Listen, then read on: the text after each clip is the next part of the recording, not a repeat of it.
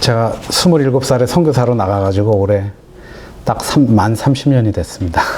그래서 아무것도 모를 때 예수님 믿은 지 얼마 안 됐는데 신학교 졸업하고 선교부에서 한 2년 일하고 그리고 바로 갔습니다. 그래서 제 아내는 여기 이제 같이 왔는데 이수현이고 큰 아들이 이제 저쪽에 공평, 진평입니다. 그래서 30살, 28살인데요. 지금 이제 다 대학 마치고 각자 자기 일을 하고 있습니다. 아내는 예수 믿은 지 1년 만에 선교사로 갔어요. 그 저도 뭐 잘 모를 때 선교사로 갔고, 저희 둘 다 불교 가정에 태어나서, 뭐 기도 훈련은 많이 했어요. 어렸을 때부터. 절에서. 네. 그런데 이제 나중에 대상이 바뀌고 나서는 이게 이제 정말 기도하는데 별로 어렵지 않더라고요. 그래서 뭐 산기도, 그 철야기도, 새벽기도 이런 게 굉장히 자연스러웠어요. 그리고 이렇게 한번 앉아서 기도 오래 하잖아요. 요즘 이제 정말 시간이 없어서 기도를 진짜 못 하는데 예전에는 뭐 이렇게 한번 앉으면 오랜 시간, 그러니까 별로 이제 힘들지 않았어요. 초등학교 때부터 면벽 자선하고 이렇게 했기 때문에. 예. 어쩐지 그 냄새가 나요. 저희 집안이 이제, 천태종, 그게 이제 불교에서는 약간 이단에 속하는데, 저희 아버지가 이제 거기에 뭐 쉽게 말하면 뭐 사무장 정도 수준입니다. 그러니 아들이 뭐 예수 믿고 신학교 갔으니까 거의 그냥 집에서 쫓겨났어요. 그래서 예수 믿고 한 10년은 정말 어려운 생활을 했어요. 그리고 결혼식에도 안 오셨어요. 예. 그리고 이제 자식들을 되게 중요하게 생각하고 족보도 만들어가지고 막 이렇게 하셨는데 그런데 손주 보러 오지도 않으시고 굉장히 불편한 인생을 사시다가 가셨어요. 선교지에 있을 때 아버지 돌아가셨다는 얘기를 들었는데 그런 아버지를 놔두고 내가 무슬림한테 간다는 게 정말 힘들었어요. 예. 그래서 제가 이제 모슬림들을 전도할 때 이게 도움이 많이 됐어요. 집에서 쫓겨난 사람들이 왔는데, 이 무슬림 사회에서는 사실 이게 되게 위험하거든요. 그래서 이게 진짜인지 가짜인지 모를 때가 너무 많아요. 그래가지고 이제 나중에 좀 얘기가 나오는데, 그럴 때도 마음을 좀 든든히 먹고, 너가 아무리 쫓겨났어도 그렇게 선교사 집에 신세를 진다든지 뭐 이렇게 할 수가 없어요. 너무 위험하기 때문에. 그래서 사실 좀 춥지 않으니까 제가 사는 도시가 눈이 안 와요. 춥지 않아요. 공원에서 자도 괜찮아요. 너 힘들면 공원에 가서 자라. 그래 아침 먹으러 와라. 이제 이렇게 얘기했거든요. 그랬더니 교회 형제들이 어떻게 그런 얘기 할 수 있냐고. 근데 나는 예수 믿고 3번 죽을 뻔했다. 이제 이렇게 얘기하니까 이제 사람들이 좀 조금 제가 어떤 인생을 살았는지를 이제 듣고선 저렇게도 한국에서도 저렇게 죽을 뻔도 하는구나. 저희 큰형이 저희 교회를 방문했어요. 토론토에 사는데 무슨 사업을 하는데 터키하고 무슨 이렇게 사업을 하기 때문에 이제 왔다가 들렸는데 제가 설교 중에 간증해서 큰형이 얼마나 나에게 못되게 했는지 교인들한테 얘기한 적이 여러 번 있었거든요. 그러니까 교인들이 니네 형 저기다 이스탄불에다 떨겨놓고 도망가라고 그 정도로 이제 막 그런 저희의 배경을 잘 아니까 형제들도 어려운 가운데 왔어도 뭐 이렇게 좀 보호받고 이거보다는 자기 힘으로 이렇게 살아나려고 하는 그런 교인들이 많이 생겼습니다. 예, 터키 이제 지금은 튀르키예라는 이름으로 바꿨습니다. 이게 원래 튀르키예입니다. 튀르키예가 아니고 튀르키예. 그런데 한글 표기는 튀르키예예요. 우리 한국 사람들이 발음이 안 돼요. 튀르키예. 예, 그래서 이 튀르키예와 이슬람 세계를 좀 보시면은 딱 중간에 있잖아요. 터키가. 그리고 이제 진한 색은 이제 이슬람이 강한 데고, 그러니까 인구가 많은 데고, 흐린 것은 좀 인구가 좀 더 분포도가 적은 곳인데, 터키가 여기입니다. 예, 여기가 지중해고요. 여기 있습니다. 예. 근데 이 터키는 이제 정치적으로 이 이슬람 국가들에서 굉장히 중요한 역할을 많이 하고 있어요. 이제 국제 뉴스를 보시면은 항상 터키가 뭐 이 이슬람 세계에서는 뭐 거의 종주국 역할을 하고 있어요. 사우디가 종주국인 것 같지만은 정치적으로 그 역할을 못 해요. 사우디도 터키한테는 좀 요번에도 지난 3주 전에 사우디 왕자가 와가지고 터키 대통령 앞에 좀 사과하고 좀 이렇게 화해하고 이런 일이 있었죠. 그런 것은 이제 정치적으로 터키가 강하다는 얘기예요. 그리고 이제 경제적으로도 지금은 터키가 어려움을 경하고 있지만 제가 터키에 95년부터 있었는데 망한 적이 없어요. 아니, 여러 번 IMF를 경험했어요. 경제 위기를 경험했는데 망하지는 않아요. 이상하게 안 망하더라고요. 제가 지금 건축비를 10만 불을 은행에 넣어두고 있는데 다들 사람들이 걱정하는 거예요. 그 돈은 어떻게 되냐고. 지금 굉장히 신용 등급이 B로 떨어졌어요. B 플러스에서. 그러니까 뭐 지금 너무 안 좋죠. 은행에 돈 찾으러 가니까 안 주더라고요. 2,000불 찾는데 안 주는 거예요. 예, 그래서 지금 굉장히 어려운데, 그래도 망하진 않아요. 그래서 뭐 제가 돈을 잃어버릴 거라고는 생각을 안 해요. 경제적으로도 터키가 중요한 영향을 하고 있고, 그 다음에 이제 이게 오스만 제국이 여기를 다 지배했었어요, 예전에. 그래서 어디 가면 뭐, 터키 음식, 이게 되게 많습니다. 그래서 이 중동 지역에 가도 터키 말 많고요. 또 아랍어가 터키 말에 굉장히 많이 있어요. 그래서 터키어 명사의 25%가 아랍어예요. 나머지 25%는 페르시아어고요. 나머지가 순수 터키 말이에요. 그래서 이렇게 단어를 보면 이게 어니 터키인지 이게 아랍인지 페르시아인지 알 수가 있죠. 그렇기 때문에 굉장히 터키 사람들은 언어를 잘해요. 아랍 지역에 가고 금방 아랍 말을 배우고 또 페르시아 말도 금방 배우고. 그래서 터키가 이슬람 세계에서는 굉장히 교두보적인 역할, 지정학적으로도 위치가 그렇지만은 실제로 정치, 경제, 사회, 문화에서 그런 영향을 미치고 있습니다. 그런데 이제 터키 그러면 어떻게 여기에 투르크인들이 여기 와 있느냐? 이제 이게 역사를 조금 알아야 되는데요. 원래는 다 중앙아시아에 있었어요. 원래 카자크, 우즈벡, 키르기즈, 타직, 뭐 아제리 이 사람들은 다 터키어 계통의 언어를 사용해요. 저는 우즈벡 사람하고 1시간 동안 밥 먹으면서 얘기했어요. 별로 불편하지 않더라고요. 너네는 이 말을 이런 뜻으로 쓰니? 이러면서 얘기를 했어요. 예, 우즈벡 사람하고. 아제리 방송을 들으면 제가 거의 다 이해합니다. 터키 말처럼 이해합니다. 예, 아제리 갔을 때 전혀 문제 없습니다. 그리고 제가 터키에서 왔는지 다 알아요. 아제리 사람하고 얘기하면, 너 이스탄불에서 왔구나. 말 때문에 아는 거죠. 예. 이렇게, 그래서 이쪽 중앙아시아는 터키계 언어를 사용하고 있어요. 그래서 오늘 제가 발제하는 것은 단지 튀르키예뿐만 아니라 중앙아시아하고도 사실은 좀 관련이 있습니다. 그리고 이 터키계 언어를 쓰는 사람이 전 세계적으로 1억 8천이 있다 그러는데, 저희는 이제 터키계에서 사역하는 사역자로서 다시 계산하니까 2억 3천이에요.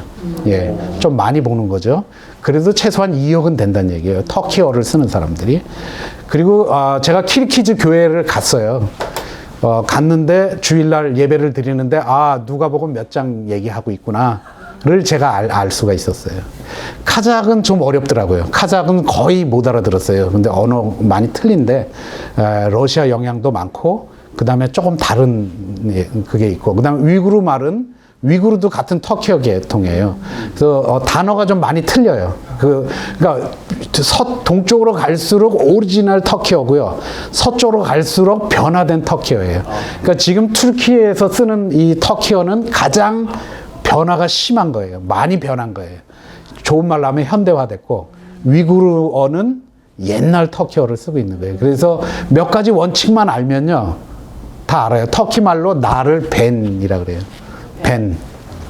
벤자민 할 때 벤. 위구르 말로는 맨이라 그래요. 맨. 앞에 모음만 자음이 틀려요. 그런 거 몇 가지만 알면은 대충 또 이렇게 알아들어요. 그래서 이제 여행을 다니면은 이제 눈치로 이렇게 금방금방 눈치를 챕니다. 그만큼 여기가 이렇게 한데 그 이유는 터키계 사람들이 중앙아시아에서 이쪽으로 이주해 왔어요. 그래서 이제 그 중에서 가장 중요한 역사적 사건이 말라스키르트라는 곳인데 동로마 제국 당시 1071년에 터키 사람들이 이쪽 페르시아 쪽으로 통해서 이쪽으로 이동해 와요. 조금씩 이동해 와가지고 여기까지 왔는데 여기서 전쟁을 해요. 동로마 제국하고 이겨요. 그때부터 이제 터키 사람들이 이 지금 현재 터키 땅에 아나돌루라 그래요. 아나톨리아 영어로는. 그래서 이쪽에 정착을 하게 되죠. 그러면서 이제 기독교인들하고 무슬림들하고 같이 살게 된 거예요. 그러면 터키 사람들은 언제 무슬림이 됐느냐? 8세기에 이것도 전쟁하고 관련이 있어요. 751년에 탈라스 전쟁이라는 게 있어요. 세계 역사에서 굉장히 중요한 전쟁이에요. 저희 아버지가 군인이었기 때문에 뭐 이 전쟁 얘기를 많이 들었는데 이 탈라스 전쟁은 또 우리 한국 사람하고 관련이 있어요. 고선지 당나라의 고선지 장군이 고구려 유민의 아들이에요. 그 고선지 장군이 이 전쟁에서 터키 군대하고 싸워요. 근데 원래는 그 당시에 622년에 이슬람이 아랍에서 발생해서 이제 점점 왕성해져 가지고 10년 만에 무하마드가 죽어요. 632년에. 그 이후에 이제 4대 칼리프, 뭐 아부바크르, 뭐 오멜, 이런 오스만 이런 사람들이 이제 나와 가지고 굉장히 확장되고 4대 칼리프 이후에 아바스 왕조가 이게 세워지면서 그 아바스 왕조가 아랍 제국이 이슬람 제국이죠. 다 중앙아시아까지 쳐들어가요. 그러니까 터키 사람들이 그 중앙아시아에 있던 투르크족이 중국에다가 원조를 요청해요. 그런데 고선지 장군이 이걸 황제에게 보고하니까 네가 가서 조사하라. 그래서 가보니까 이 투르크족이 완전 오랑캐거든요. 아, 얘네들 옆에 놔두면 안 되겠다. 그래서 확 쳐버려요. 그러니까 투르크족이 오히려 아랍하고 연대를 해요. 그리고 당나라하고 싸운 게 탈라스 전쟁이에요. 여기서 이제 전쟁에서는 당나라가 져요. 고선지 장군이 지지만 둘 다 피해가 너무 심했기 때문에 터키 사람들도 그 땅에 더 이상 남아있기가 힘들었어요. 그때부터 이주하기 시작했어요. 그래서 이 지금의 이란 땅으로 해서 점점 이쪽까지 오게 된 거죠. 그리고 이제 1071년에 여기 들어온 사람들이 셀축 제국인 거예요. 그래서 셀축 제국이 이 땅에 들어오기 시작하고 1299년에는 이 사람들 중에서 오스만이라는 강한 부족이 왕국을 세워요. 그게 오스만 왕국이에요. 영어로 오트만 임파이어라 그러죠. 그런데 오스만 제국이 이 땅에 세워져요. 그러면서 이제 동로마 제국이 점점 망하고 1453년에 마지막으로 남은 동로마 제국의 수도였던 콘스탄티노플이 점령을 당해요. 그러면서 완전히 동로마 제국은 이 땅에서 사라지고 그때 그 교회들은 다 러시아로 도망가게 되는 거예요. 그래서 러시아 정교회하고 지금 그리스 정교회가 서로 주도권을 가지고 싸우는 이유는 우리가 그때 이게 넘어와가지고 러시아에 왔기 때문에 우리가 정통성을 가지고 있다. 근데 그리스 정교회는 아직도 이스탄불에 그 주교청을 가지고 있어요. 그래서 우리는 그때 망하지 않았다. 계속 있었다. 아직 그 정교회에서는 그거 가지고 싸우고 있죠. 그래서 이제 전부 다 이제 이 땅이 점차적으로 오스만 제국에 의해서 셀축 제국과 오스만 제국에 의해서 이슬람화가 일어나요. 이슬람화가 이루어지는데 중요한 그 제도가 밀레트 제도라는 거예요. 밀레트라는 말은 국민이란 말이에요. 국민을 등급으로 나눠요. 무슬림은 1등 등급, 1등 국민이고요. 타종교에서 무슬림으로 개종하면은 2등 국민이고요. 기독교인으로 남아있으면 3등 국민이에요. 그래서 세금이 엄청 과하게 부담이 돼요. 그러니까 다 개종하죠. 또는 떠나거나. 그래서 기독교인들이 1900년대에는 터키 전체 인구의 30%가 기독교인이었어요. 근데 1930년에 들어가면서 점점점 줄어들죠. 나중에 좀 설명하겠습니다. 그래서 터키가 기독교 땅에서 이제 다 이제 이렇게 된 거죠. 그래서 튀르키예 그러면은 나라 이름이죠. 그래서 튀르키예인 원래는 이런 말을 안 써요. 근데 터키 말로는 사람을 할 때는 리를 붙여요. 끝에 튀르키예 리 그러면 터키 사람, 터키에 사는 사람 이런 거는 종족 용어에는 없어요. 터키에서 만든 말이에요. 종족 말로는 투르크예요. 투르크. 튀르키예는 투르크하고 쿠르드, 그 다음에 아랍, 이게 가장 많은 종족이고요. 그 외에도 50개에 가까운 종족이 있어요. 다양한 언어도 가지고 있고요.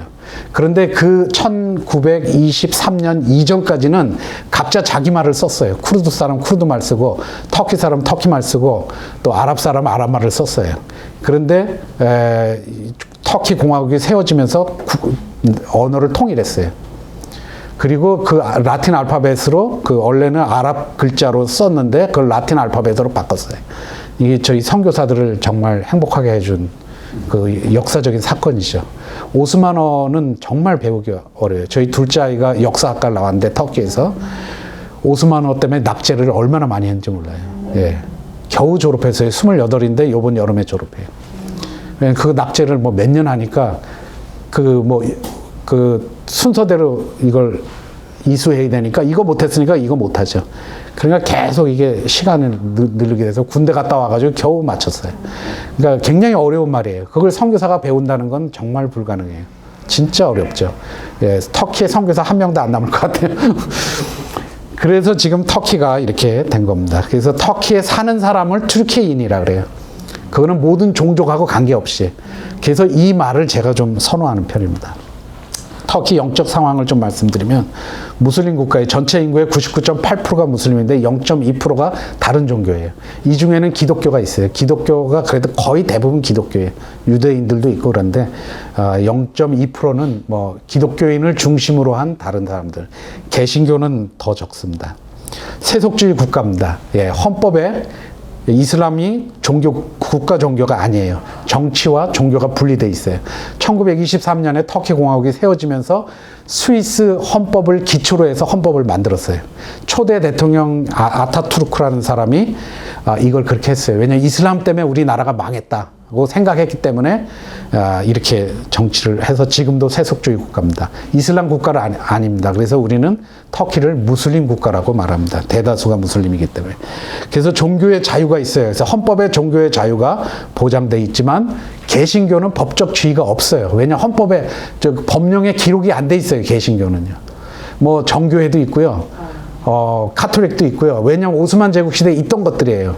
근데 유일하게 개신교가 들어가 있는 게 아르메니아 개신교예요. 예. 그런데 우리 그냥 일반 개신교는 법적인 지위가 없어요. 지금도. 그래서 저희 교회들을 최근에 이제 한 10년 사이에 법적으로 등록할 수 있는 무슨 그 어소시에이션, 한국말로 하면 사단법인 또는 유지재단, 터키 말로 와크프라고 해요. 그 유지재단을 이제 저희들이 할 수 있어요. 저희 교회도 유지재단 신청해 놨어요. 어소시에이션은 정부에서 그냥 바로 폐지시킬 수 있어요. 없앨 수 있는데 와크프는 유지재단은 그렇게 할 수가 없어요. 이걸 없애려면 국무회의를 열어야 돼요. 그리고 이거를 허가해 줄 때는 정부에서 해주는 게 아니라 법원에서 해줘요. 재판을 해요. 그래서 저희가 신청하면 법원에서 심리를 해서 그게 통과시켜주면 우리가 와크프가 되는 거예요. 그래서 지금 그걸 하고 있어요. 이제 터키에서는 이슬람 문화예요. 그냥 이슬람 문화고, 이슬람 영향력으로 뭐 다 사로잡혀 있고요. 그래서 복음에 대한 저항은 법적인 문제가 아니고 사회적인 문제예요. 저희가 뭐 여러 번 경찰하고 이렇게 이제 재치하게 되는데, 법적으로는 하나도 문제가 없어요. 예, 저희 한국 사람이 제가 사역하는 멜신에 와서 무슨 그 경범죄로 잡혀갔어요. 그런데 통역할 사람이 없어가지고 경찰이 조서를 못 꾸미니까 검사가 그랬다는 거예요. 야, 빨리 교회에 연락해봐. 교회 가면 한국 사람이 있을 거야. 그랬대요. 근데 경찰이 교회 잘 모르니까 정교회에다가 연락을 한 거예요. 저희 도시에. 그러니까 정교회 신부가 저하고 좀 친분이 있어요. 그러니까 저한테 연락해서 통역 도와달라. 그래서 갔더니 뭐 경찰들이 다 나와서 이렇게 막 크게 인사하면서 도와달라고 이렇게. 그러니까 제가 목사인지 다 압니다. 그래서 저보고 무슨 일 하냐 그러면 저는 목사라 그래요. 왜냐하면 이게 아이덴티티의 문제고 그 다음에 인테그리티의 문제이기 때문에 처음에는 좀 고민을 많이 했어요. 그래서 박사과정에도 들어가서 공부도 하고 또 사업도 하고 뭐 비자 때문에 뭐 여러 가지 했는데 이렇게 하면 안 되겠다라는 생각이 들어서 그냥 그다음부터는 그냥 교회를 개척하고 난 다음부터 난 교회 목사다 이렇게 하고 있습니다. 지금도 제가 목사라고 얘기하죠. 근데 사람들이 싫어해요. 그러니까 중국은 법이 방해하지만은 사람들은 받아들이잖아요. 터키는 반대입니다. 법적으로는 저는 아무 문제 없어요. 예, 저는 불법 아닙니다. 합법도 아니지만 불법도 아닙니다. 그러니까 저는 괜찮아요. 그런데 사람들이 받아주질 않아요. 복음을 전하면.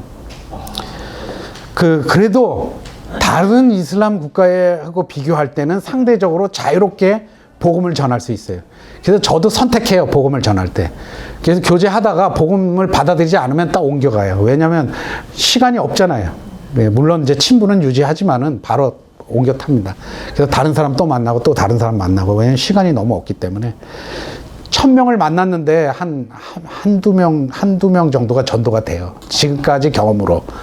예. 그렇기 때문에 빨리빨리 옮겨 다녀야 돼요. 그냥 가만히 뭐 친구처럼 이렇게 하고 있으면 안 되죠. 예.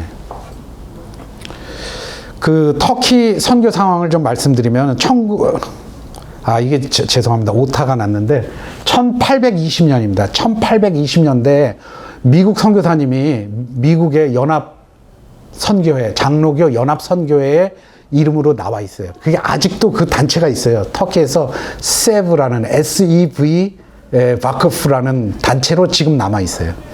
그래서 그 단체가 이제 들어와 가지고 복음을 전했어요. 근데 무슬림들 전도가 안 되니까 뭘 했냐면 주로 정교회 출신들, 고대 교회 출신들의 사람들에게 복음을 전하기 시작한 거예요. 그리고 그 사람들이 이제 전도할 수 있게 하려고 그 열매로 아르메니아 개신교가 생겼어요. 그래서 1930년대엔 소수의 기독교인들이 이제 활동을 했는데 바흐람 타트키안이라는 사람이 그때 당시에 기독교인은 전혀 없다고 알려졌을 때예요. 그 역사적으로. 근데 바흐람 타트키안이라는 사람의 기록을 제가 찾았어요. 캘리포니아에 있는 아르메니아 개신교에 서 어느 분이 글을 썼더라고요. 이분에 대한 일생에 대해서. 굉장히 놀라운 간증들이 많아요. 어렸을 때 자기가 일하던 그 가게집에서 돈을 좀 훔쳤었던 거예요. 근데 나중에 예수 믿고 이스탄불에 찾아가서 내가 그거 훔쳤다고 그걸 돌려주면서 내가 이거 잘못했다. 이렇게 얘기하니까 그 무슬림 주인이 굉장히 감동받는 그런 이야기들이 있더라고요. 읽어보니까. 그런 소수의 활동은 있었지만 기독교인은 뭐 없다고 이렇게 알려졌어요. 1961년에 이제 투르키의 최초의 이제 현대 선교라고 할 수 있는 게 OM에서 2명의 선교사가 입국을 했어요. 그때부터 이제 선교가 이루어졌고, 그때만 해도 기독교 개신교인으로 알려진 사람은 한 명도 없었다고 이제 OM에서 오퍼레이션 월드에 그렇게 보고했죠. 그게 이제 점점 시간이 지나면서 신자가 생겼어요. 70년대에 2개의 교회가 있었어요. 78년에서 87년 요 사이에 신약 성경을 번역했어요. 원래 터키 성경은 1661년에 번역이 됐어요. 오스만어로 번역이 됐어요. 이것을 번역한 사람이 이사라는 사람인데 폴란드인이에요. 이름은 나중에 터키로 오스만 제국으로 귀화해가지고 이제 그 오스만 황제가 술탄이 성경을 번역시켰어요. 그런데 다 이슬람 방식으로 번역을 했어요. 그래서 뭐 예수를 이사라고 하는 이유는 코란에 이사라고 나오니까 그렇게 한 거예요. 아랍 성경에는 이사라고 안 돼 있습니다. 예수라고 돼 있어요. 구분하기 위해서. 아랍에서는 고대 교회들이 있었기 때문에 자기들이 그렇게 자기 정체성을 유지했어요. 근데 터키에서는 이걸 그냥 이사로 번역했어요. 그 다음에 침례 요한을 야흐야라고 번역했어요. John the Baptist잖아요. 근데 그걸 그냥 야흐야라는 이슬람 이름식으로 번역을 했죠. 근데 그 번역을 사용할 수가 없었어요. 나중에 너무 저기 돼서. 그래서 그걸 선교사들이 다시 번역을 했고, 그 오스만어로 번역한 거를 현대 터키어로 번역을 한 게 이제 요때 신약 성경을 한 겁니다. 이렇게 됐는데 70년대에 이제 2개 정도의 교회가 있었어요. 이제 이스탄불 하고 이제 그 다음에 1980년대 이즈미르가 3번째로 큰 도시고요. 앙카라가 2번째로 큰 도시예요. 앙카라가 수도입니다. 여기에 교회들이 생겼어요. 1800년대 초에. 그리고 이제 그 옆에 이스탄불 밑에 부르사라는 도시, 아다나, 제가 머물고 있는 곳에서 가까운 공항이 아다나 공항이에요. 아다나, 그 다음에 가지안텝, 디야르바크에는 1987년에 디야르바크라는 곳에 교회가 생겼어요. 디야르바크르는 쿠르드족의 수도나 마찬가지예요. 메소포타미아의 수도였어요, 옛날에. 그래서 유럽 공동체에서 터키의 종교 자유를 점검하기 위해서 터키에 오면 어딜 가느냐? 디야르바크를 가요. 그래서 거기 개신교회를 찾아가요. 제 친구가 현지인 목사가 거기 목사인데 거기를 찾아가가지고 신앙생활 하는데 어려움 없나? 정부에서 뭐 방해하는 게 있냐? 뭐 니네 무슨 어려운 일, 뭐 이런 걸 조사를 해 가서 거기가 괜찮으면 터키가 종교의 자유가 있다라고 보는 거죠. 그런데 거기까지 1987년에 교회가 생기기 시작한 거예요. 예, 그래서 지금 그래도 꽤 몇십 명 모이고 그쪽 지역의 핵심적인 아주 역할을 하고 그 주변에 여러 교회를 개척하는 그런 교회로 세워졌어요. 1972년에서 75년 사이에는 이스탄불에서 거기 말마라라는 바다가 있어요. 보스포러스 해협에 내려오면 그 조그만 바다가 말마라 바다예요. 거기서 또 다르날레스 해협으로 내려가면 에게 바다. 에게 바다에서 또 내려가면 지중해 이렇게 나오죠. 거기에서 캠프를 모였어요. 텐트를 치고 캠프를 했는데 모든 신자들이 여름마다 모였어요. 막 한 열흘씩, 2주씩 이렇게 모였는데 모든 기독교인들이 모이는 장소가 됐었어요. 그래서 많이 모일 때 뭐 200명도 넘게 모이기도 했습니다. 1983년에 선교사 대표 모임을 결성했어요. LAC라고. 그 다음에 89년에 기독교 개신교 협의회를 결성했어요. TEC, TEK. TEC은 무슨 약자인지 모르겠는데 하나란 뜻이에요. 터키 말로. 그리고 이게 터키 말 약자예요. TE 하고요. TE. 그 다음에 K는 이제 뭐 쿠룸 그래가지고 무슨 단체란 뜻이에요. 그래서 터키 개신교의 단체란 뜻입니다. 그래서 원래는 그렇게 약자를 안 넣었는데 뭐 투르키의 이반젤리칼 뭐 처치 그 다음에 쿠루무 뭐 이런 식이에요. 그래서 이렇게 만들었습니다. 1990년대에 이제 제가 소속된 단체에서 국제팀에 있었는데 제가 그 당시에 90년대 중반에 뮤즈대 FM이라는 방송을 만들었어요. 근데 이게 나중에 현지인한테 뺏겨가지고 이게 무슨 2단 방송 막 이런 걸 하는 거예요, 이게. 이게 뭐 CCC에서 돈을 굉장히 많이 냈고요. 저희 팀에서 했지만은 협력해서 이거를 재정 후원을 받았어요. 외계에서도 후원을 좀 받았고 그래서 방송국을 했는데 저희가 현지인이 나중에 마음이 바뀌어가지고 자기가 하면서 2단에서 돈을 많이 받아가지고 2단 방송을 시작했어요. 지금 없어졌어요. 감사하게도.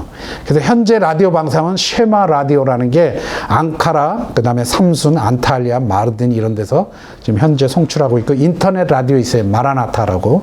위성 텔레비전 방송국이 2개가 있어요. 카날 하얏트. 조금 카리스마틱한 교회가 미국에서 후원해가지고 터키의 교회도 세우고 이 방송국도 세웠는데 엄청난 영향을 미치고 있어요. 그 다음에 SAT7, SAT7이라고 이건 유명하죠. 사이프러스에서 방송하는 겁니다. 이 두 방송이 있고 신학교는 뭐 여러 개가 있어요. 핫삿, 필리푸스, 뭐 하바리, 뭐 이초반, 토훔 이런 게 있고요. 그 다음에 어린이 사역하는 게 이제 쿠작, 티모테우스, 한 3개 정도 어린이 사역하는데 티모테우스 어린이 사역은 우리 한국 사역자들이 하는 거예요. 여러 가지 많은 역할을 하고 있어요. 그리고 이제 최근에 터키에서는 이제 투르키의 개신교회 해외 선교 저희도 시작했어요. 그래서 사실 그 전에 뭐 CCC 간사들이 다른 나라로 가게 되면은 선교사처럼 보냈어요. 근데 그거는 재정이 다 CCC에서 나온 거예요. 그러니까 국제 재정으로. 그리고 이제 또 몇 년 전에 유니온 교회라고 원래 국제 교회예요. 이스탄불의 유럽 쪽에 있는 그래서 터키 자매를 키르기스탄으로 파송했어요. 그래서 지금도 사역하고 있어요. 근데 그거는 이제 국제교회에서 외국인들이 헌금을 내서 보낸 거고. 근데 이제 제가 관여해서 하는 게 하나 있는데 이제 그게, 튀르키예 토착 선교회를 몇 년 전에 저희가 결성했어요. 현지 목사님이 앙카라에서 가장 큰 교회 현지 목사님이 제게 연락이 왔어요. 저는 이제 멜신이라는 도시에서 사역하니까 거리는 뭐 굉장히 멀어요. 비행기 타고 다니거나 자동차는 6시간 정도 걸리는데, 제게 연락이 와서 자기들이 선교를 하려고 했는데 어떻게 하는지 모르겠다. 도와줄 사람을 찾고 있는데 당신 추천을 받았다. 도와달라. 그래가지고 이제 만나서 몇 번 협의를 하다가 거리가 멀어서 제가 도울 수 있을까? 뭐 이러다가 일단 제가 하겠다 그랬어요. 그래서 뭐 일종의 제가 사무총장이 됐어요. 근데 이제 터키 문화적인 그런 상황으로 볼 때 그 담임 목사의 힘이 너무 센 거예요. 저도 모르는 일이 막 일어나요. 그래서 제게 어려움을 겪고 있는데 어쨌든 저희들이 그렇게 해서 이 앙카라에 있는 교회가 파송교회가 되고 저희는 후원교회가 돼서 저희 교회도 300불씩 매달 후원했어요. 그래서 자매 둘을 키르기스탄에 보냈어요. 지금 3년째 됐어요. 올 10월이면 만 3년인데 사역을 너무 잘해요. 그래서 근접 문화 사역이 되는 거예요. 이게 크리키즈 말은 1년을 계획을 했는데요. 학교 가서 1년 동안 말 배우라 그랬더니 6개월 만에 끝냈어요. 그러니까 비자를 받을 방법이 없는 거예요. 뭐 학교 다닐 필요가 없으니까. 그럼 러시아 말 배워라. 그래가지고 이제 그렇게 비자를 하고, 지금 거기 사역하는데 너무 잘해요. 너무 잘하고, 뭐, 굉장한 뭐, 하여튼, 우리가 상상할 수 없는 속도로 일이 진행이 되고 있어요. 터키 말 배우려고 하는 사람들이 너무 많고요. 청년들, 그 다음에 이 자매들이 찬양을 잘하는데 터키 찬양을 다 번역했어요. 키르키즈 말로. 유튜브로 만들어가지고 교회들에게 막 이렇게 하고, 지금은 교회 세우겠다 그러더라고요. 그래서 너무 잘하고 있어요. 사실 요 자매들은 터키 토착 선교회가 파송한 최초의 선교사가 되는 거예요. 근데 이제 안타깝게도 선교비의 대부분은 한국에서 나오더라고요. 저도 몰랐어요. 저도 몰랐는데 저희 교회에서 이제 300불 보냈는데 1,500불이 한국에서 오고 정작 파송교회에서는 저희 후원교회보다 더 조금 내더라고요. 왜냐하면 쓰는 돈이 너무 많으니까 본교회에서는 오히려 돈을 더 못 내더라고요. 그래서 이제 고민입니다. 그러나 중요한 거는 이렇게 작은 교회가 선교하고 있다는 건 너무 감사한 일이죠. 이런 터키 교회의 이제 이런 상황 속에서 다 잘 되는 건 아니에요. 네, 핍박이 있습니다. 그래서 2001년에 이스탄불에서 부활절 전도 행사가 있었는데 한 2,000명이 모였어요. 그 이스탄불의 아시아 쪽에 보스탄지라는 동네가 있어요. 거기에 이제 그 정부에서 운영하는 그 센터에서 그 문화센터를 빌려서 이제 부활절 행사라고 이거를 현지 교회가 주도가 돼가지고 했어요. 어마어마한 행사를 했어요. 이 행사 이후에 이게 하나의 전환점이 됐던 것 같아요. 그래서 현지 목사들은 이게 자기 교회 역사의 전환점이라고 얘기하더라고요. 그래서 이때부터 터키 매스컴이 개신교회를 공격하기 시작했어요. 계속 나와가지고 뭐 기독교는 뭐 잘못됐고 뭐 이슬람 학자들 나오고 그다음에 교회들 막 조사해가지고 교회들 잘못된 거 조사하고 이쯤에 또 우리 한국의 할렐루야 교회에서 파송된 한 단기 선교사가 이 터키 국기에다가 초승달에다 별이잖아요. 거기다가 십자가를 그려가지고 인터넷 사이트에 올리는 바람에 이게 그냥 우리한테는 어마어마한 타격이 됐습니다. 그래서 매스컴에서 거의 한 5, 6년 동안에 집중적으로 공격을 받았어요. 그러니까 우리 다 공격받았어요. 늘 선교사들. 그래서 굉장한 압박이 있었죠. 저는 이제 멜신이라는 동남부 지역에 있었기 때문에 저희 같은 경우에는 2004년에 다소에서 한 목사인 터키인 목사가 이슬람으로 개종하면서 선교사 백서를 썼어요. 그래서 자기가 알고 있는 모든 선교사의 그 주소록, 이메일, 전화번호 다 책으로 만들어서 출판했어요. 밤 1시 됐는데 계속 전화벨이 울리는 거예요. 이게 그냥 막 한 달 내내 이러는 거예요. 전화 받으면 끊고. 그래서 저는 제가 굉장한 협박을 받고 있다고 생각했어요. 그런데 아니에요. 바로 옆에 도시에서는 총으로 칼로 위협당하고 구타당하고 자기 나라 철수했어요. 외국 선교사님, 다소에 있는 분. 가지안텝에 있는 미국 선교사님은 영화에서 보면 이렇게 잡아가지고 끌고 가가지고 집 앞에 이렇게 확 던지고 가잖아요. 아침에 성경 공부하겠다고 관심 있다고 와가지고 사무실에서 총으로 위협하고 잡아갔어요. 선교사님을. 그래서 죽도록 패고 집 앞에다 던지고 가면서 너 다시 가지안텝에서 돌아다니는 거 보면 네 딸들 다 찢어 죽이겠다고. 그날 밤에 철수했어요. 사이프러스로. 아다나에 있는 우리 그 교회, 아다나 개신교회 현지인 목사, 예배 끝나고 나오는 거 기다렸다가 5명이 달려들어가지고 집단으로 구타해가지고 병원에 한 달 동안 입원했어요. 이 목사는 남아공으로 이사 갔어요. 터키에서 살 수가 없었어요. 이런 일련의 사건들이 쫙 일어났어요. 저희 동남부 지역에. 그리고 2007년에 말라티아 순교 사건이 일어난 거예요. 그 말라티아 순교 사건의 그 범인 5명은 아다나 교회에서 현지 목사 구타한 친구들이었어요. 이미 다 계획적이었어요. 몇 년 전부터 계획을 다 있었어요. 그래서 이제 이런 일들이 계속 일어났어요. 그것뿐만 아니라 트라부전 흑해 지역에 신부님이 총에 맞아 죽었어요. 예배 미사 끝나고 나오는데 아이가 나가서 쏴 죽였어요. 그 다음에 지금 안디옥 근처에 있는 이스켄더론이라는 곳에서 또 정교회 신부도 그 지역 전체 대표인데 칼에 찔려 죽었어요. 그리고 아르메니아 그 민족들 중에서 아주 지도자 있어요. 그 딩크라는 사람인데 이스탄불 거리에서 총에 맞아 죽었어요. 대낮에 총에 맞아 죽었어요. 그리고도 이 2007년 말라티아 사건 이후에 이 범인들은 지금 나와서 거리에 돌아다니고 있어요. 예. 이게 너무 안타깝죠. 최근 3년 동안에, 저 지나간 얘기 했는데, 최근 3년 동안에 선교사와 가족들 180명이 추방당했어요. 제가 있는 도시는 1년 반 사이에 6가정이 추방당했어요. 제가 6번 전화를 받았어요. 제가 제일 오래됐기 때문에 그 도시에서 제가 추방당한 줄 알았대요. 거기서 누가 추방당했다니까 다 제가 추방당한 줄 알고 다 저한테 전화가 왔어요. 근데 나는 여기 있는데 그래서 저도 놀랬죠. 그래서 진짜 제가 추방당한 줄 알았어요. 저도요. 그 IMB 선교사가 전화가 온 거예요. 그래서 너 추방당했다며? 그러는 거예요. 그래서 나 지금 이스탄불에 있는데 그랬더니 그래서 저는 제가 추방당한 줄 알았어요. 제가 이스탄불에 와 있는 동안에 경찰에서 저를 추방 명령을 내려는 줄 알았어요. 무슨 소리 하는 거냐? 내가 왜 추방당하냐? 나 그런 연락 받은 적 없다 그랬더니 야, 지금 멜신에서 누가 추방당했다는데? 그러는 거예요. 일종의 보호적인 측면이 있었던 건가요? 추방은요? 법적으로 추방을 꼭 해야 되는 건 아닌데 보호하려고. 그건 아니고요. 교회를 보호해줘요, 경찰이. 그래서 저희가 예배 드릴 때마다 경찰이 와서 지켜줘요. 그래서 교인들이 못 나와요. 그런데 지켜줘요. 그건 해요. 우리가 호텔에서 행사하면 와서 지켜줘요. 이렇게 큰 대형 버스로 와가지고 호텔을 둘러싸요. 예, 그러니까 그런 건 도와줘요. 그런데, 추방당하는 거는 이제 국가 안보에 위협이 된다. 터키에서는 N82 코드라 그래요. 그래서 그거를 받은 사람들은 다 추방해요. 5년 동안 못 들어와요. 예, 근데 저는 제가 그냥 거기 있는 게 터키 정부에게 더 유리하다고 생각한 것 같아요. 내쫓아내면 더 이상한 애가 올지도 모른다. 이러니까 그냥 내비둘 수도 있어요. 예, 제가 큰 문제 안 일으키니까. 예. 지금 이제 이게 터키 교회의 현재 상황입니다. 터키 교회가 70년도부터 2001년까지 이게 개신교 성도 숫자입니다. 보입니까? 네. 예, 지금 2001년에 7,333명입니다.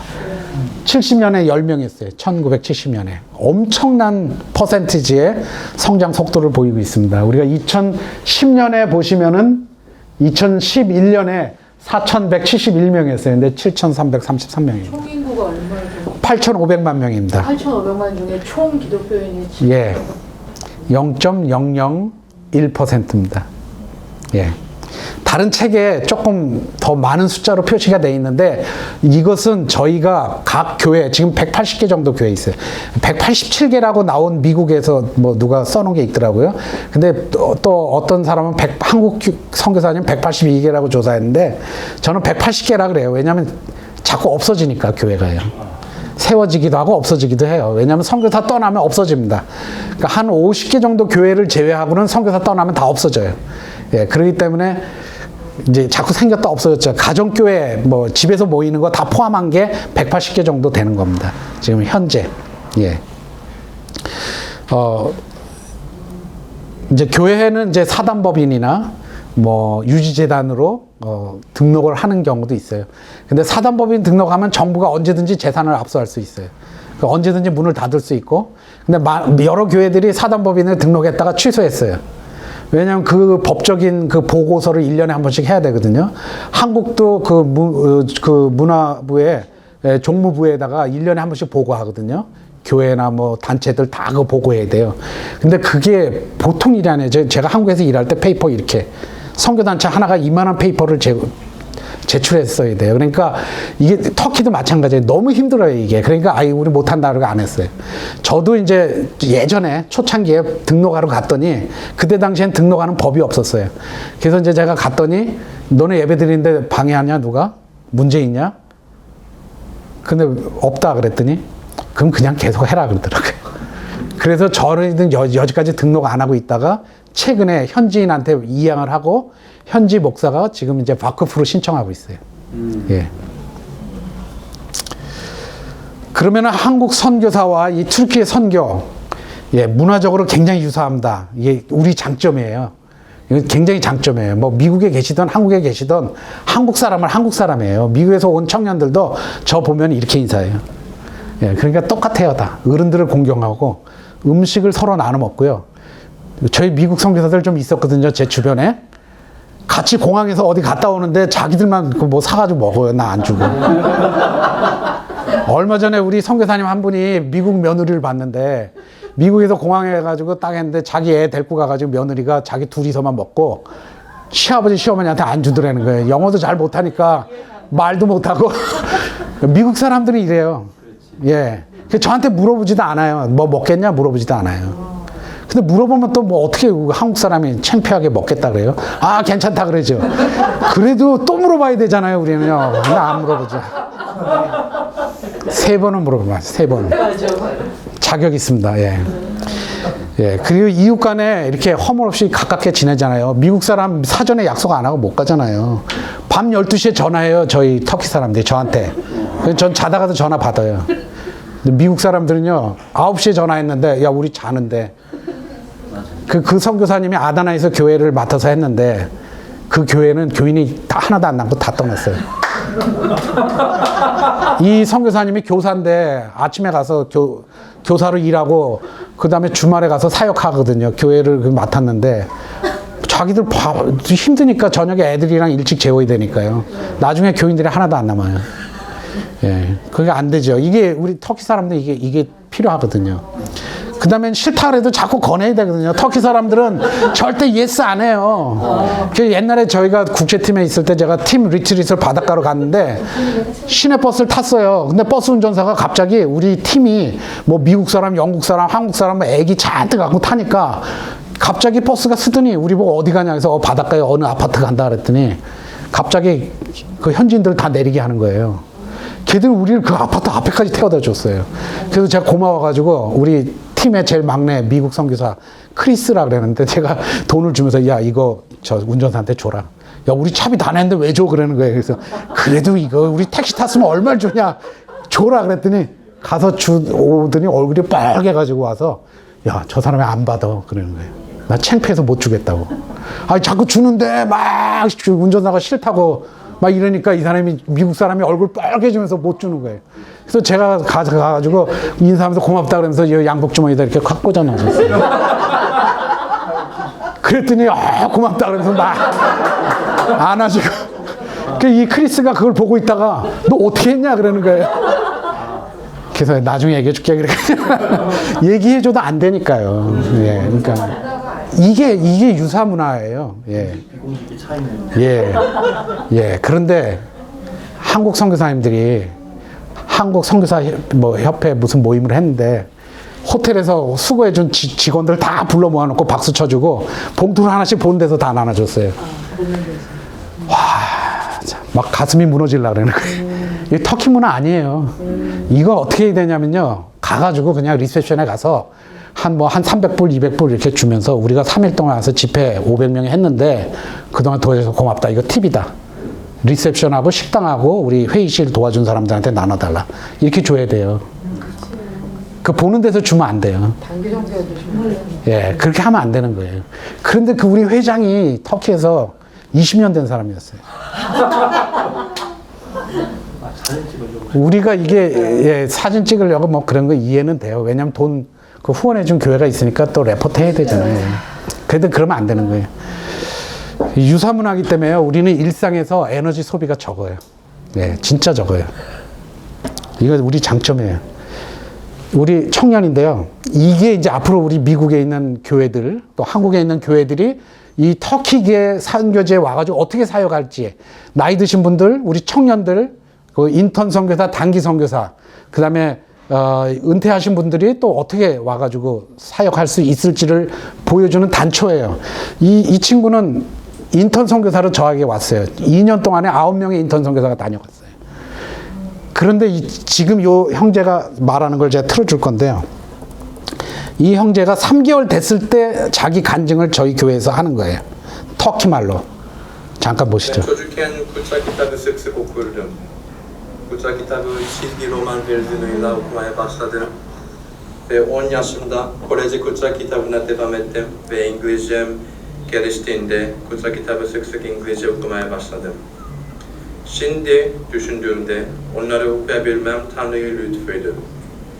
Ancak o sırada Tanrı'yla daha sıkı ilişki kurmak için hiçbir çabam yoktu. Ben 13 yaşındayken ailemizin başına abim sebep olduğu büyük bir felaket geldi. Abim mümkün olan tüm kötü 여기 선교사님 계세요? 선교사님. 어떻게 느끼셨어요, 선교사님들? 3개월 만에. 예, 3개월. 3개월 만에. 예. 저희는 중국어 절대 안 돼. 3개월 만에 일단 저희 멜신이란 도시가 지방 도시이기 때문에 언어 학원 이런 게 잘 안 돼 있어요. 그래서 뭐 이게 시간 맞추려면 되게 어려워요, 대학교에서. 그래서 제가 이스탄불에 한 달 보냈어요, 학원에. 그리고 이제 와가지고 2달 더 공부시킨 다음에 간증문 써와라 그랬어요. 그래서 간증문 써온 거를 제가 이제 손을 봐주고 고치고 또 고쳐서 이제 이 자기가 이렇게 연습을 한 거예요. 그리고 근데 벌써 말이 틀리잖아요. 그리고 자연스럽잖아요. 이게 지금 선교사님들이 이거 무슨 뜻인지 아실 거예요. 우리 청년들은요, 6개월이면 기본은 다 해요. 그래서 교회 청년들하고 어울리고 대학교 가서 이 친구가 9개월 만에 대학 가서 강의했어요. 멜신 대학교 가가지고 해외에서 외국인의 삶, 해외에서 사는 외국인의 삶, 뭐 이래가지고 강의를 했어요. 나가서 대학생들 사귀다가 대학교를 갔는데 교수를 만났어요. 가니까 이제 지금 교수하고 얘기하니까 깊은 얘기까지는 못 들어가니까 그냥 영어로 얘기를 했는데 너 와서 강의 좀 해달라. 그래가지고 이 친구가 가서 대학 가서 강의를 했는데 1시간. 근데 어떻게 했냐 그랬더니 한 반은 터키 말로 하고 반은 영어로 했어요. 그러더라고요. 근데 어쨌든 터키 말로 했다는 거예요. 그리고 이제 6개월 정도 지나면은 청년들하고 뭐 간증하고 말씀 나누고 해요. 그래서 제가 인턴들이 오면 3개월 되면 간증 터키 말로, 6개월 되면 말씀 나눔 터키 말로, 떠나기 전에 1년 되면 떠나잖아요. 11개월째 종별 설교 시켜요. 물론 일반인이지만 그냥 막 다 시켜요. 신학 안 했어도 뭐 말씀 나누는 게 설교가 벌거나 네가 받은 하나님의 말씀 그냥 선포하는 거다. 그냥 다 애오게 해요. 그래가지고 하는데 너무 잘해요. 조금 잘하는 친구를 제가 여기다 했지만은 대부분 이 정도 뭐 비슷하게 해요. 9명 왔었는데 비슷하게 하고 원래 10명이 왔어요. 그래서 처음 온 자매는 이제 CCC에서 훈련을 잘 받고 왔는데 요게 이제 두드림 투게더라는 프로그램을 저희 파송교회에서 만들어가지고 했는데 2+2예요. 그래서 6개월마다 2명씩 보내는 거예요. 남자, 여자, 남자, 여자. 그래서 제가 받아가지고 그래서 제가 하는 일은 처음에 온 애들만 막 잡아서 훈련을 시켜요. 그러면 요 아이들이 그 다음에 오늘 훈련시켜요. 또 그 다음에 애들이 그 다음에 자기들끼리 훈련시켜요. 그 퍼스펙티브를 제가 가르치는데 제가 강의 안 해요. 그냥 다 나눠줘요. 제가 너 요번에 이거 너 공부하고 이거 네가 공부해서 네가 발표해라.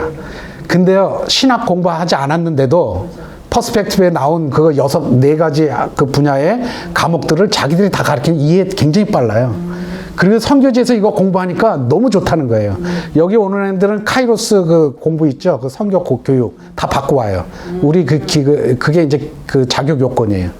그런데 여기 와서 이렇게 하는데 언어를 너무 잘해요, 아이들이. 한국 애들이. 뭐 미국에서, 이게 카나다에서 왔어요. 그런데 뭐 어디서 왔든지 상관없어요. 한국말 할 줄 아는 우리 한국 사람들, 그리고 한국 부모 밑에서 자란 한국 사람들, 하여튼 다 잘해요.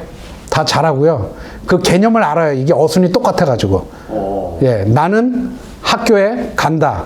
나는 벤이에요. 벤. 학교는 오쿨, 라. 학교에 애니까요. 간다. 기디오름. 단지 다른 거는 기디오름, 나는 간다. 기디오르슨, 너는 간다. 기디올, 그 사람이 간다. 인칭이 달라요. 그래서 앞에 주어는 안 써요. 그래도 다 문장이 되니까. 너무 쉬워요. 굉장히 쉬워요, 이게요. 그래서 이게 그 DLI라고, 그 DLI, Defense Language Institute라고 여기 미국에 어디 군인들에게 외국어 가르치는 그 교재가 있는데 전 그걸로 터키어를 배웠어요. 학교에 안 갔어요.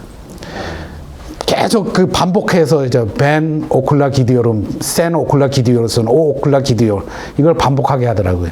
제가 1년 동안 이거 딱 하고 났는데 그냥 그 단어만 알면 그냥 거기다 붙여서 말하면 돼요. 예, 굉장히 쉬워요. 그러니까 쉬운 게 아니라 한국 사람한테 적합해요. 예, 모든 언어는 사실 어렵습니다. 그런데 한국 사람은 잘 배워요. 최고의 장점이에요. 그래서 한국 사람 빨리 배워요. 근데 문제는 진짜 잘하는 사람은 미국 사람이에요.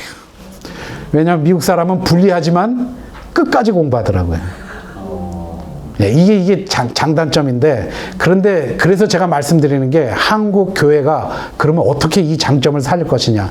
인턴 선교사, 단기 선교사, 은퇴 선교사 이분들도 와서 사역할 수 있다는 겁니다. 한국 선교사들 오래 일해요. 제가 다 조사하진 않았지만 GMS 조사했고요. 그 다음에 저희 교단 선교사 조사했는데요. GMS 17.5년이에요. 저희 교단이 17.5년. GMS 더 많아요. 저희 교단은 최근에 새로운 사람들 6개월, 1년 된 사람 지금 몇 가정 돼요. 그런데도 17.5년이에요. 예, 오래 머물러요. 그런데 터키는 성장이 느려요. 열매가 늦어요.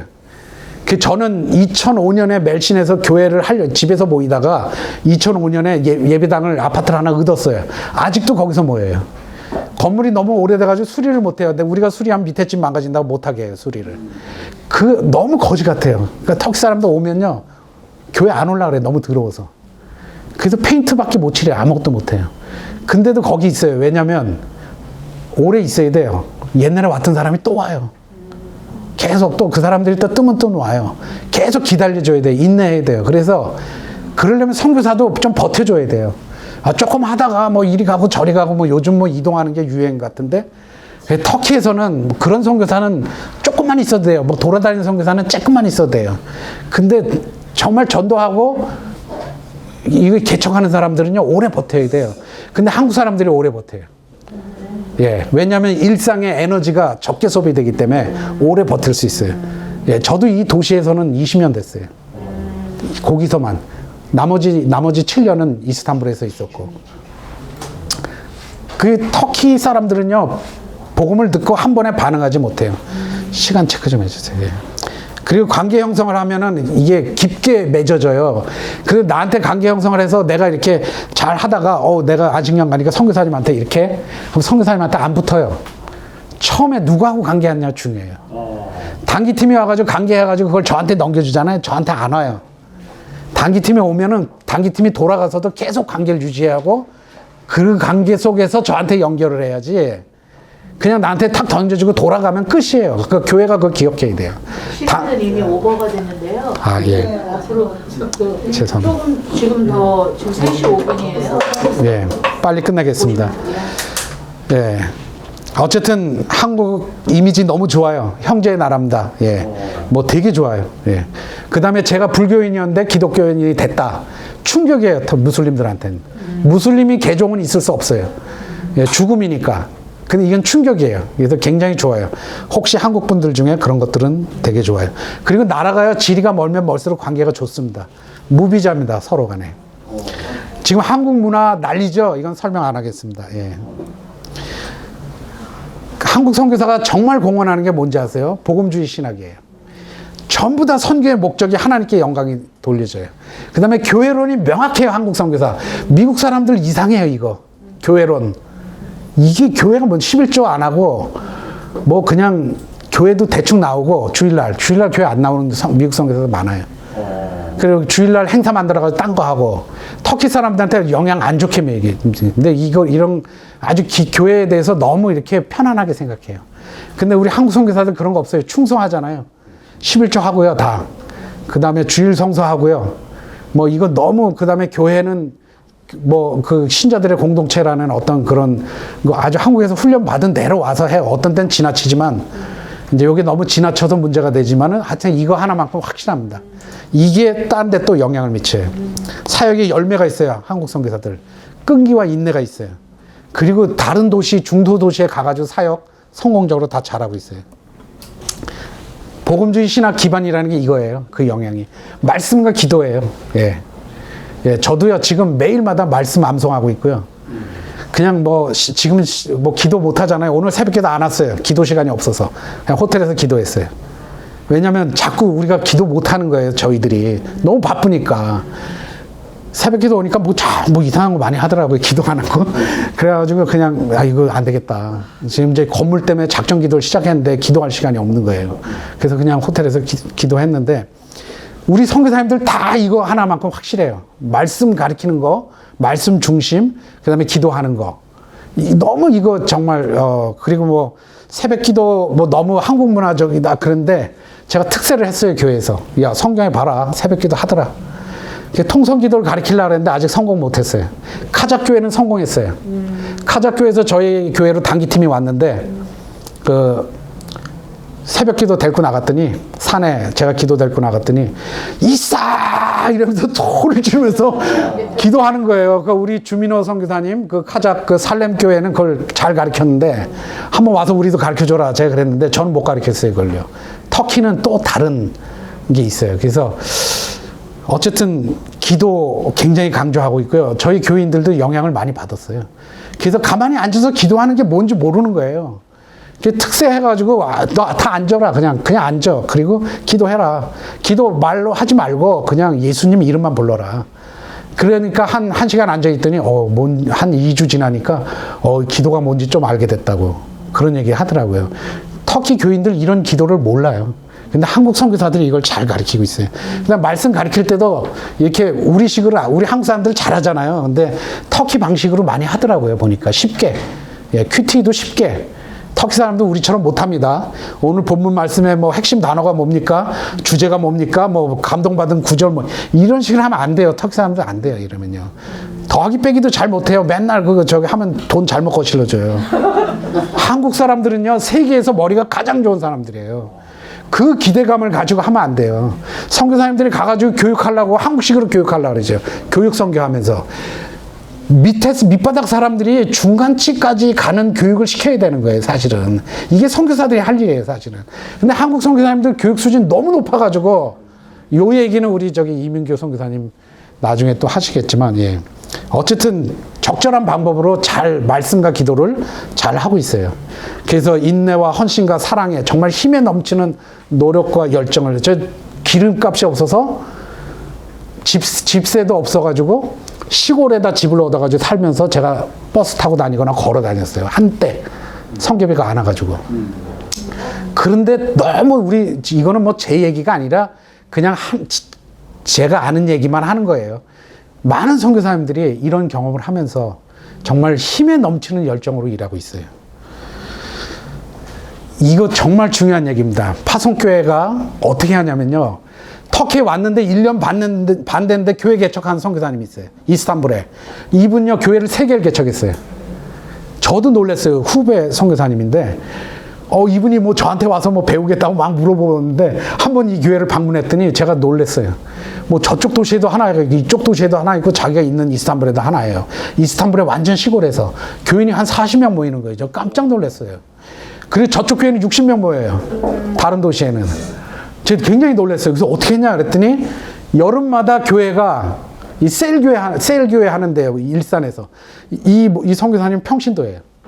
선교사 나와서 평신도를 하다 보니까 신학의 피로를 느껴서 미국 장신 공부했어요.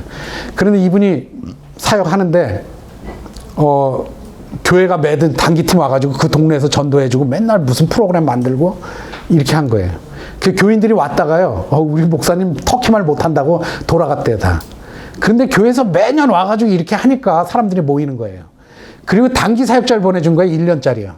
뭐, 단기로 보내가지고 뭐 1년짜리를 한 2명, 3명, 어떤 데는 1명 계속 보내주니까 뭐 찬양 인도하고 이런 은사별로 이런 걸 막 메꿔준 거예요. 말은 잘 못하지만. 근데 아까 말씀드렸잖아요. 청년들. 6개월이면 말 끝나요. 그러니까 이 정도는 다 사역해요. 우리 청년들도 와가지고 인턴이지만 3개월 이후에 와서 교회에서 찬양 인도하고 그랬어요. 현지화하기 위해서 제가 안 시키지만은 현지인들은요 찬양팀이라도요 안 나와요 주일날. 그러면 이제 바로 이렇게 땜빵 우리 아이들이 하는 거죠. 그러니까 이게 지금 터키 교회 현실인데 이분은 그렇게 해가지고 교회가 잘 세워졌어요. 그 교회가 그래가지고 지금 12년 됐어요. 언제? 근데 교회가 3개가 됐잖아요. 이 파송교회가 너무 잘해준 거예요. 그러니까 단기 선교 여기저기 가면 안 돼요. 그러나 오늘 여기 한번 갔으니까 다음에 나 저기 가고 싶고 무슨 여행 다녀요? 아니거든요. 근데 이렇게 해야 돼요. 예, 집중적으로. 그리고 그 선교사님 말 들어야 돼요. 이거 이제 나중에 나오는데 우리 숙제도 있어요. 우리한테 이건 큰 챌린저예요. 지금 우리 여기 이제 교우님들 잘 모르는 얘기지만 종교 신학적 성찰이 필요해요.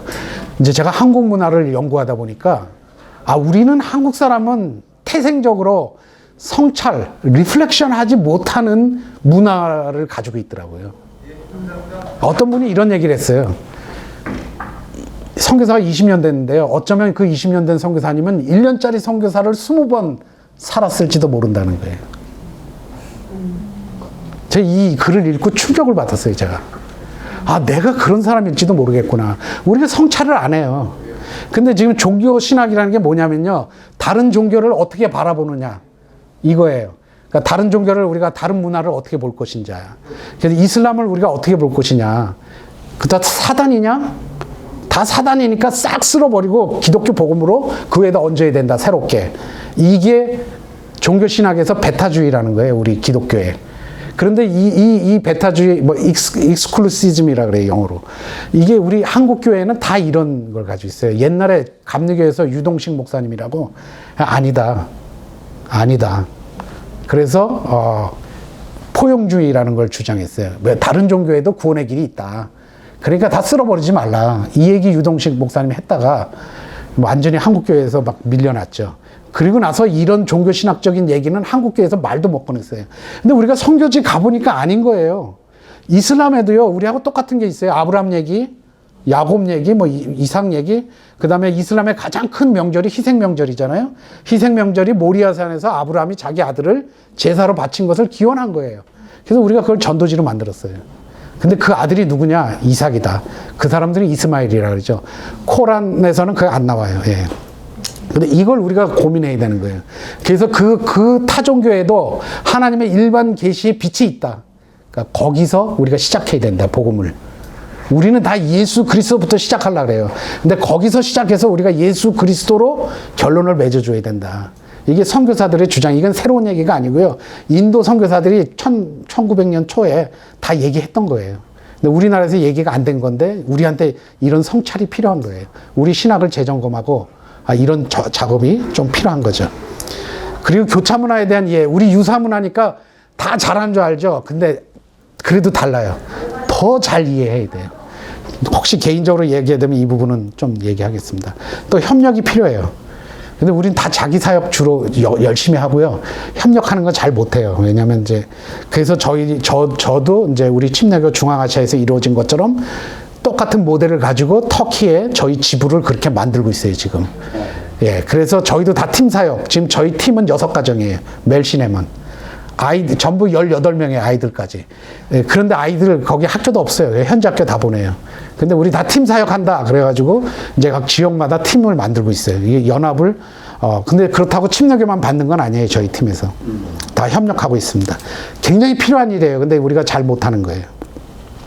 여기까지입니다. 감사합니다.